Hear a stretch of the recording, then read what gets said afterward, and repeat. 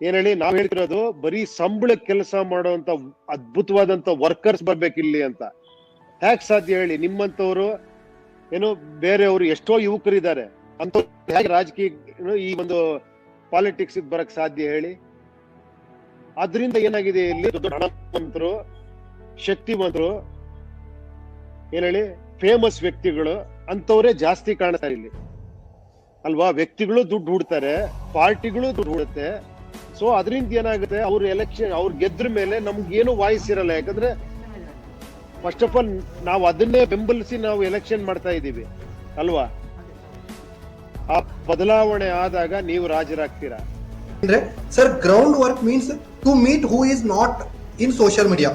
Okay, ಅಂದ್ರೆ ಈಗ ಹಳ್ಳಿಗಳೆಲ್ಲ ಹೋದ್ರೆ ಅಲ್ಲಿ ಸೋಷಿಯಲ್ ಮೀಡಿಯಾ ತುಂಬಾ ಏನಂದ್ರೆ ಆಕ್ಟಿವ್ ಇರಲ್ಲ. ಅಂತ ಜನರನ್ನ ಹೆಂಗ್ ರೀಚ್? ಯಾಕಂದ್ರೆ ಭಾರತ ಏನಂದ್ರೆ ಒಂದು ಹಳ್ಳಿಗಳ ದೇಶ ಅಂತ ನಾವ್ ಹೇಳ್ತೀವಿ. ಹೌದೌದು, ಕೇಳಿ, ಒಂದ್ ನಿಮಿಷ ಹೇಳ್ತೀನಿ. ನಾನು ಒಂದು ಅರೆಹಳ್ಳಿ ಅಂತ ಹೋಗಿದ್ದೆ. ಫಸ್ಟ್ ಪ್ರಜಾಕಿ ಕೆಲಸ ಕೊಟ್ಟಿದ್ದು ಒಂದು ವಿಲೇಜ್ ಪಂಚಾಯತ್ ಅಲ್ಲಿ. ಕಷ್ಟದಲ್ಲಿದ್ದಾರೆ, ಜ್ಞಾಪಕ ಇರ್ಲಿ ನಿಮ್ಗೆ, ಸಿಟಿಲಲ್ಲ.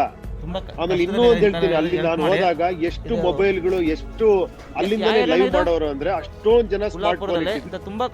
ನಿಮ್ಮ ಪ್ರಕಾರ ನಿಮ್ದೇ ಒಪ್ಪಿಕೊಳ್ಳೋಣ, ಜಾಸ್ತಿ ಜನ ಇಲ್ಲ, 1% ಇದೆಯಾ, 2% ಇದೆಯಾ ಅಟ್ಲೀಸ್ಟ್ ಅನ್ಕೊಳ್ಳಿ. ನಿಮ್ಮ ಹಳ್ಳಿಲಿ ಜಾಸ್ತಿ ಜನ ಯೂಸ್ ಮಾಡಲ್ಲ ಸೋಷಿಯಲ್ ಮೀಡಿಯಾ.